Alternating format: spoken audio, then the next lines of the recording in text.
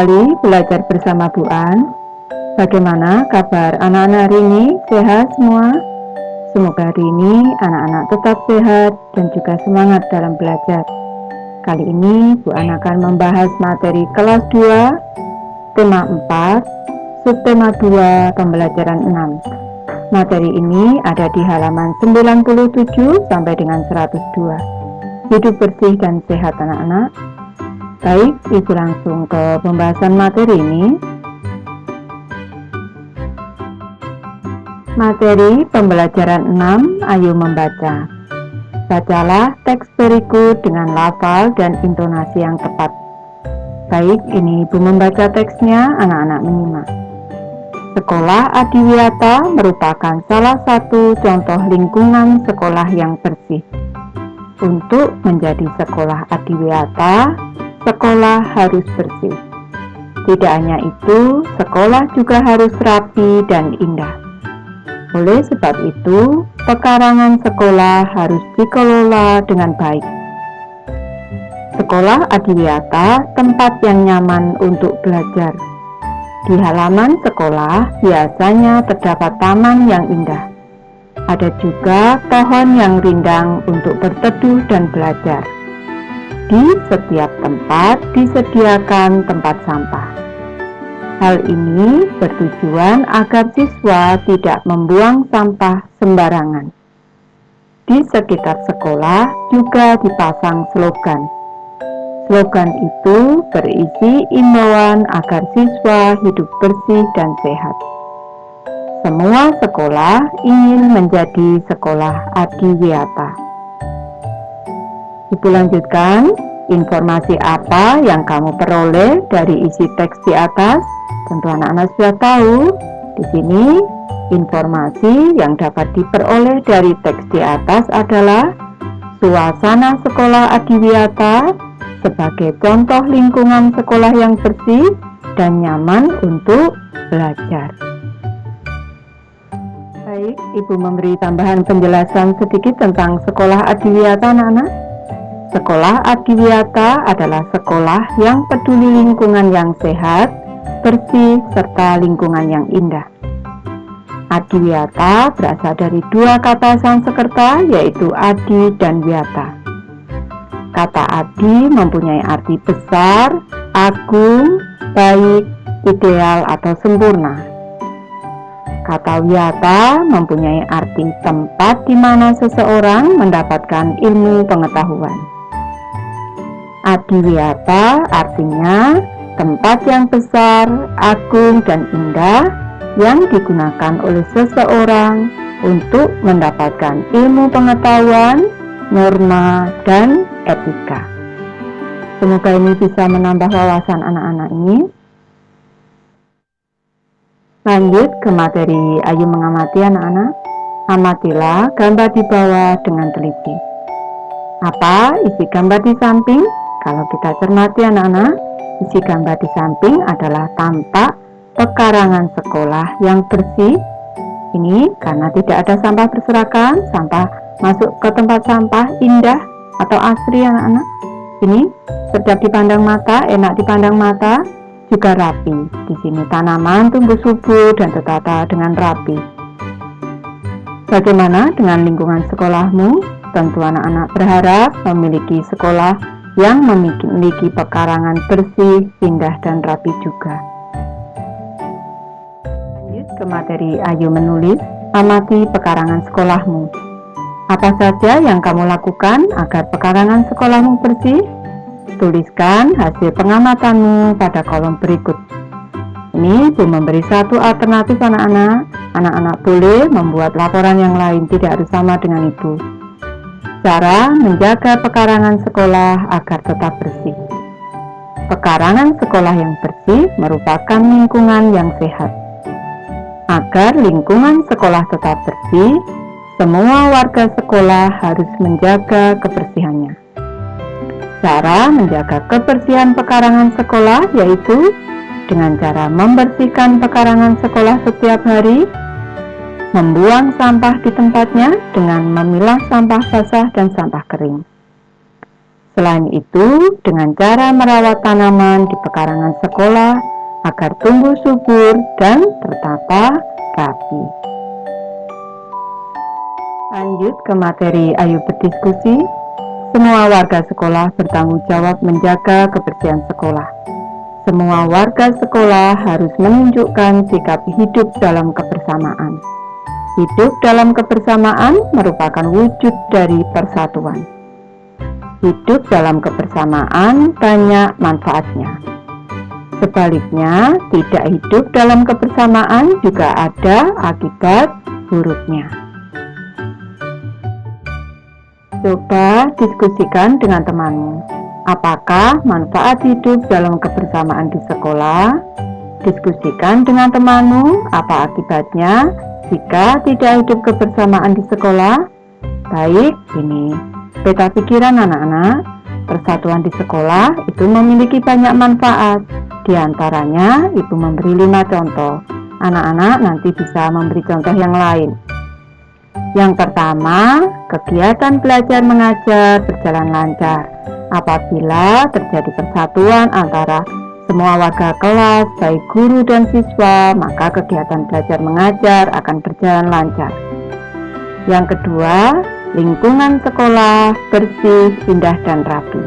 Karena adanya persatuan di sekolah, anak-anak hidup rukun akan bersama-sama menjaga kebersihan sekolah, sehingga lingkungan sekolah menjadi bersih, indah, dan rapi. Selanjutnya, suasana sekolah tertib, aman, dan damai. Kalau anak-anak di sini menjaga kerukunan antar semua warga sekolah, tentu akan tercipta suasananya tertib, aman, tidak ada perselisihan, tidak ada pertengkaran, dan juga damai. Selanjutnya, siswa merasa nyaman belajar di sekolah karena sekolahnya bersih, indah, rapi, aman, tertib, maka anak-anak merasa nyaman belajar. Selanjutnya, pekerjaan bisa diselesaikan dengan mudah dan cepat. Misalnya, tugas kelompok ataupun pekerjaan membersihkan lingkungan sekolah akan mudah diselesaikan dan juga cepat anak-anak kalau diselesaikan dengan bersama-sama dalam suasana kebersamaan atau persatuan. Selanjutnya, akibat tidak ada persatuan di sekolah. Ini banyak akibat buruknya anak-anak. Kalau tidak ada persatuan di sekolah, tidak ada kebersamaan dan kerukunan di sekolah, akibatnya kegiatan belajar mengajar akan terganggu. Kegiatan belajar mengajar terganggu karena antara warga di kelas ini tidak hidup rukun. Guru menerangkan, mungkin siswa tidak mau mendengarkan dengan baik sehingga kegiatannya akan terganggu. Selanjutnya, lingkungan sekolah kotor dan tidak terawat. Karena tidak ada persatuan di sekolah, anak-anak egois masing-masing, mengutamakan egoisme masing-masing, tidak mau merawat sekolah, maka lingkungan sekolah akan kotor dan tidak terawat. Selanjutnya, sering terjadi perselisihan. Karena tidak ada sikap persatuan, maka mungkin akan sering memiliki sikap saling mengejek, itu saling merendahkan teman, itu mengakibatkan sering terjadi perselisihan atau pertengkaran. Ini selanjutnya, siswa tidak merasa nyaman belajar di sekolah. Apabila kita berada di lingkungan sekolah yang kotor, tidak terawat, dan sering terjadi perselisihan, maka anak-anak tidak nyaman dalam belajar. Yang selanjutnya, pekerjaan di sekolah menjadi terbengkalai.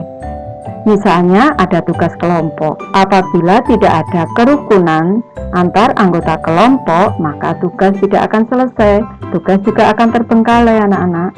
Ini adalah akibat buruk jika tidak ada persatuan di sekolah. Lanjut ke materi Ayo Berlatih anak-anak.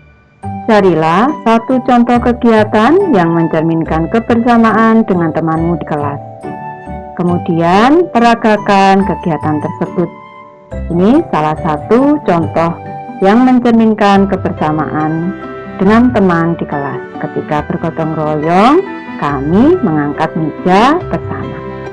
Ini Ibu memberi contoh, ada 3 contoh. Nanti anak-anak bisa mempraktikannya di sekolah masing-masing. Ini contohnya. Contoh kegiatan yang mencerminkan kebersamaan dengan teman di kelas yaitu belajar kelompok, mengerjakan tugas kelompok dengan belajar kelompok. Selanjutnya, melaksanakan piket kelas. Ini juga wujud dari kebersamaan anak-anak. Dan bernyanyi bersama. Ini juga wujud kebersamaan dengan teman di kelas. Nanti anak-anak bisa mempraktikannya. Ibu lanjut ke materi Ayu mengamati anak-anak. Amati meja yang diangkat Bayu dan Edo. Bagaimana bentuk permukaan meja? Ini bentuk permukaannya.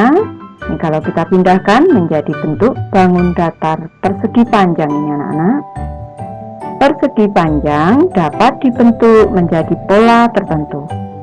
Persegi panjang membentuk pola dengan bangun datar yang lain. Baik, ini adalah contoh pola bangun datar anak-anak. Perhatikan gambar berikut dengan teliti. Kita amati polanya di sini. Persegi panjang, segi 5, persegi panjang, segi 5, persegi panjang, segi 5, persegi panjang, segi 5. Bisa lanjut ke pola kedua di sini. Persegi panjang, persegi panjang, segi 5. Persegi panjang, persegi panjang, segi 5. Persegi panjang, persegi panjang, segi 5. Bisa lanjut ke pola ketiga sekarang. Persegi panjang, segi 5, segi 5, persegi panjang, segi 5, segi 5. Persegi panjang, segi 5, segi 5. Bisa anak-anak? Baik, Ibu memberi tambahan penjelasan anak-anak. Nama-nama bangun datar. Di gambar pertama di sini ada gambar bangun datar persegi. Ini keempat sisinya sama panjang, keempat sudutnya siku-siku di sini. Di gambar kedua ada segi 5 anak-anak, sisinya ada 1, 2, 3, 4, 5. Tepatnya adalah segi 5 beraturan. Di gambar ketiga di sini anak-anak ada gambar jajaran genjang. Sini. Ini selanjutnya di gambar keempat ada gambar bangun datar trapesium. Di gambar kelima di sini ada gambar bangun datar segi 6. Tepatnya segi 6 beraturan karena ke-6 sisinya sama panjang. Ibu lanjut ke materi Ayu berlatih anak-anak. Tentukan bentuk bangun datar selanjutnya sesuai dengan pola-pola berikut. Soal yang pertama di sini pola bangun datarnya persegi, segi 5, segi 6. Persegi, segi 5, segi 6. Persegi berarti selanjutnya adalah segi 5 anak-anak. Di sini kita ambil segi 5, kita pasangkan ke sini. Segi 5 selanjutnya adalah segi 6. Segi 6-nya ini sudah terbentuk pola. Persegi, segi 5, segi 6. Persegi, segi 5, segi 6. Persegi, segi 5, segi 6. Bisa anak-anak? Lanjut ke soal kedua. Segi 5, segi 6, segi 6, persegi. Segi 5, segi 6, segi 6, persegi. Berarti kembali ke segi 5. Kita ambil segi 5 di sini. Ini segi 5. Selanjutnya setelah segi 5 adalah segi 6. Di sini segi 6. Kita ambil. Sudah terbentuk pola anak-anak. Segi 5, segi 6, segi 6, persegi. Segi 5, segi 6, segi 6, persegi. Segi 5, segi 6. Bisa anak-anak? Lanjut ke soal nomor 3 anak-anak. Ini kita lihat polanya. Trapesium, jajaran genjang, kosong, jajaran genjang. Trapesium, kosong, jajaran genjang, jajaran genjang. Di sini ada 2 jajaran genjang yang berturut-turut. Maka di sini kita isi dengan bangun jajaran genjang anak-anak. Seperti ini. Di sini juga kita isi dengan bangun jajaran genjang. Ini polanya menjadi trapesium, jajaran genjang, jajaran genjang, jajaran genjang. Trapesium, jajaran genjang, jajaran genjang, jajaran genjang. Bisa anak-anak? Soal nomor 4 anak-anak. Ini kita lihat polanya. Trapesium, segi 6, persegi, segi 5. Trapesium segi 6, setelah segi 6 adalah persegi anak-anak. Ini bangun perseginya kita letakkan di sini. Selanjutnya setelah persegi adalah bangun segi 5. Bangun segi 5-nya kita masukkan ke sini. Sekarang sudah terbentuk pola, kita koreksi. Trapesium segi 6 persegi segi 5. Trapesium segi 6 persegi segi 5. Trapesium segi 6 persegi segi 5. Nanti anak-anak membuatnya harus sama besar anak-anak. Lanjut ke soal kelima.